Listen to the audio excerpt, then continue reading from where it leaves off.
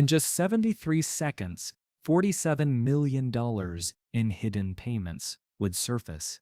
Jasmine Crockett didn't plan to destroy two careers in one hearing. She planned to expose the truth. Cameras captured every word. Congress held its breath. What did the freshman congresswoman reveal that made the FBI director and attorney general turn against their own allies? The morning had started differently. At 6:42 a.m., Crockett received a final encrypted message from her Justice Department source. They know you have the files. Patel's security detail has been doubled. They're scared. The congresswoman knew that by sunset, either justice would prevail or her political career would be over. She had spent the previous weekend reviewing terabytes of classified data. The Epstein case files revealed a conspiracy reaching the highest levels of government. Bank records showed payments to judges and law enforcement officials. Most damning, recorded conversations detailed how evidence was systematically destroyed to protect influential predators. At exactly 2:14 p.m. on a Tuesday that would reshape American politics, Congresswoman Jasmine Crockett walked into the House Judiciary Committee hearing room carrying a manila envelope that would end two of the most powerful careers in Washington. FBI Director Kash Patel sat confidently at the witness table, his tie perfectly straight, hands folded over classified briefing folders. Attorney General Pam Bondi occupied the chair beside him, her American flag pin gleaming under the harsh committee room lights. Behind them, FBI and DOJ officials filled the gallery. Many suspected something was wrong when emergency protocols had been activated that morning. Neither suspected that Crockett had spent 3 sleepless nights reviewing leaked documents from a whistleblower inside the Justice Department. The papers detailed something that would make Watergate look like a parking ticket, a systematic cover-up of Jeffrey Epstein's client list, orchestrated at the highest levels of law enforcement. The whistleblower, known only as Deep File, had discovered financial transfers flowing from shell companies to personal accounts. 3 weeks earlier, they watched Patel personally order the destruction of hard drives containing Epstein communications. Bondi's involvement became clear when Deep File found her authorization for transferring $12.3 million from seized assets to a Cayman Islands account belonging to a company providing security consulting to Epstein associates. Director Patel, Crockett began, her voice cutting through the chamber's tension like a blade. Are you familiar with Case File 20? Patel's jaw tightened almost imperceptibly. Behind him, Deputy Director Sarah Chen recognized the case number and realized she had been systematically excluded from the most important investigation in FBI history.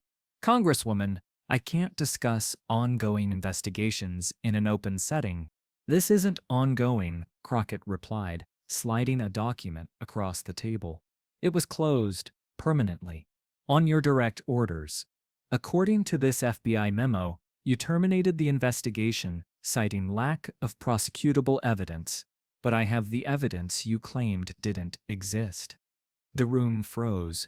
Even the court reporter's fingers hesitated over her keyboard. Patel's knuckles went white as he gripped his folder. In the gallery, FBI agents exchanged worried glances. Some had devoted their entire careers to pursuing justice, only to discover their director had been protecting the very criminals they sought to apprehend. Representative Jim Jordan, the committee chairman, shifted uncomfortably in his seat. He had promised Patel an easy hearing, a chance to highlight FBI successes rather than controversies. Now he watched his carefully planned agenda disintegrate in real time. Jordan's staff frantically texted him suggestions for damage control, but there was no containing this explosion. I have no knowledge of... Stop! Crockett's interruption echoed off the chamber walls. Director, I'm holding bank records showing $47 million in transfers from offshore accounts linked to Epstein associates directly to a shell company. A shell company that paid for your daughter's Stanford tuition, your wife's cancer treatments at Johns Hopkins, and the mortgage on your vacation home in Martha's Vineyard. The silence that followed was deafening. C-SPAN cameras captured every expression in the room. Veteran FBI agents who had served under 5 different directors stared in disbelief. Some had suspected corruption at high levels, but this confirmation shattered their faith in the institution they had sworn to serve. Bondi's legal advisor, a sharp-faced woman named Patricia Wells, leaned over to whisper urgently in the Attorney General's ear. Wells had been warning Bondi for weeks that the Epstein cover-up was unsustainable. Too many people knew pieces of the truth. Too much evidence existed in too many places. The house of cards was always going to collapse. The only question was when and how publicly. Gasps rippled through the gallery. CNN's camera zoomed in on Patel's face as color drained from his cheeks. Attorney General Bondi shifted uncomfortably, her confident posture crumbling. Her hands, which had been folded calmly on the table, now trembled slightly as she reached for her water glass. "Those allegations are completely false," Patel stammered, but his voice cracked on the word false. His FBI training had taught him to remain composed under pressure, but no training could prepare someone for the public exposure of decades of corruption. Behind the witness table, Deputy Director Chen slowly removed her FBI pin from her lapel. The gesture went unnoticed by most, but the agents who saw it understood its significance. She was symbolically distancing herself from leadership that had betrayed everything the Bureau claimed to represent. Crockett opened her second folder. "Then explain this recording, Director." The committee room speakers crackled to life with Patel's own voice. "The Epstein files stay buried. Whatever it takes. The list goes too high up the food chain. Senators, judges, tech executives, foreign dignitaries. If this comes out, it doesn't just destroy careers, it destabilizes governments." The second voice belonged unmistakably to Bondi. "Agreed. Some secrets are worth protecting, even if it means destroying evidence. The national security implications are too severe. We're not just covering up sex crimes, we're preventing international incidents." A third voice, previously unheard, joined the conversation. "The Swiss account is ready. 30 million should be enough to ensure permanent silence from the remaining witnesses." Silence gripped the chamber like a tomb. Republicans who had been ready to defend Patel stared at their hands. Democrats leaned forward, sensing blood in the water. Even the most partisan members of Congress recognized they were witnessing history, the kind of moment that would be studied in political science classes for generations. At exactly 2:15 p.m. and 13 seconds, Patel made the fatal mistake that would define his downfall. "That recording is taken out of context," he shouted, slamming his fist on the witness table so hard that his water glass toppled, spilling across classified documents. "We were protecting national security. Do you have any idea what chaos would result if those names became public?" Crockett smiled coldly. "Director, I never said when this recording was made. But since you're claiming context, would you like to explain why it was recorded 3 days after Jeffrey Epstein's death, when you promised his associates their names would never see daylight? And while we're discussing context, perhaps you can explain why the recording shows you accepting a $15 million wire transfer in real time." The trap had been sprung. Patel had just confirmed the recording's authenticity, while simultaneously admitting to obstruction of justice and bribery on live television. In the gallery, FBI Deputy Director Chen stood up abruptly and walked toward the exit, her resignation letter already composed on her phone. She would not be associated with this corruption for another second. Attorney General Bondi, realizing the ship was sinking faster than the Titanic, made her own desperate play. "I want to be clear," she said, her voice shaking so violently that the microphone picked up the tremor, "that any decisions regarding the Epstein investigation were made independently by the FBI. The Attorney General's office had no involvement in suppressing evidence. Director Patel operated without my knowledge or consent. The lie hung in the air like a toxic cloud. Every person in that room knew she was desperately trying to save herself by throwing her closest ally under the bus. But Crockett had anticipated this betrayal. "Ma'am," Crockett interrupted, producing another document with the theatrical timing of a master prosecutor.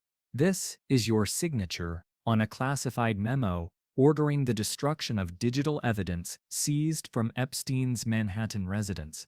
The memo is dated 2 weeks ago, and this bank statement shows a $3.2 million deposit to your personal account the day after you signed that destruction order." Bondi's face went ashen. Her legal advisors frantically scribbled notes, but the damage was done. She had just been thrown under the bus by Patel, only to have her own complicity exposed seconds later. Patricia Wells, her longtime advisor, quietly slipped from the room to begin crafting a resignation statement. The committee room erupted. Chairman Jordan attempted to restore order by banging his gavel repeatedly, but chaos reigned. Reporters shouted questions over each other. Security guards moved to protect the witnesses as angry voices rose from the gallery. The American people were watching their justice system implode in real time. Twitter exploded with hashtags ends Epstein, cover-up, and Patel Gate trending worldwide within minutes. Bondi corruption joined them seconds later. Fox News cut their regular programming to break the story. MSNBC cleared their evening lineup. International media picked up the feed as news organizations realized they were witnessing the largest corruption scandal in American history. In FBI headquarters across the city, agents watched the hearing on office televisions with growing horror and rage. Many had dedicated their lives to the Bureau's motto, fidelity, bravery, integrity. Now they discovered their director had betrayed all three principles. Spontaneous meetings erupted across the building as field agents demanded answers from supervisors who had no answers to give. At 2:16 p.m. and 26 seconds, the final blow landed. Crockett's phone buzzed with a text message she read aloud. "Breaking, FBI headquarters confirms Director Patel has been placed on immediate administrative leave pending criminal investigation." DOJ sources say Attorney General Bondi's resignation, expected within the hour. Deputy Director Chen has assumed interim command and has ordered the immediate reopening of all Epstein-related cases. The FBI had turned against their own director. The Justice Department was abandoning their leader. Both careers, built over decades of public service, crumbled in less than 3 minutes of congressional testimony. Patel stood slowly, his legs visibly shaking. "This committee hearing is a sham," he said, but his words carried no weight. Security escorted him from the chamber as photographers captured every step of his walk of shame. Behind him, his personal staff gathered classified documents with trembling hands, knowing their own careers were likely over. Bondi lasted 12 more minutes before her deputy attorney general called to inform her that a criminal referral was being prepared. She resigned via letter before the committee session ended, her signature barely legible as her hand shook uncontrollably. Outside the Capitol, protesters had already gathered. Some demanded justice for Epstein's victims. Others called for systematic reform of law enforcement. The chants of "lock them up" echoed across the National Mall as news trucks lined Independence Avenue. By 6 p.m., both Patel and Bondi were in FBI custody. The very agency Patel had led is now investigating him for obstruction of justice, conspiracy, and bribery. The Justice Department Bondi had headed was building the case against her. Federal prosecutors worked through the night, preparing indictments that would send shockwaves through Washington's power structure. Jasmine Crockett, the freshman congresswoman from Texas, who had toppled two of Washington's most powerful figures, held a brief press conference as the sun set over the Capitol dome. Reporters from around the world pressed forward as she approached the microphone, her voice steady despite the magnitude of what had transpired. "Today wasn't about politics," she said, adjusting the microphone with calm determination. "It was about justice for victims who were silenced and truth that was buried. No one is above the law. Not FBI directors, not attorneys general, no one." The weight of her words carried across the silent crowd of journalists, each understanding they had witnessed history. The Epstein client list, hidden for years behind walls of bureaucratic secrecy and political protection, would finally see the light of day. Names that had been whispered in Washington's corridors of power would soon be shouted from every news outlet in America. Sometimes the strongest weapon isn't a badge or a subpoena, it's truth, archived and revealed at the right second. What happens when leaders who built power on secrecy are undone by evidence? If justice can't survive transparency, was it ever real? The next truth might be about someone even more powerful. The files are still being opened. The investigation has just begun. What would you do if you had evidence this explosive? The choice between silence and justice defines more than careers. It defines nations.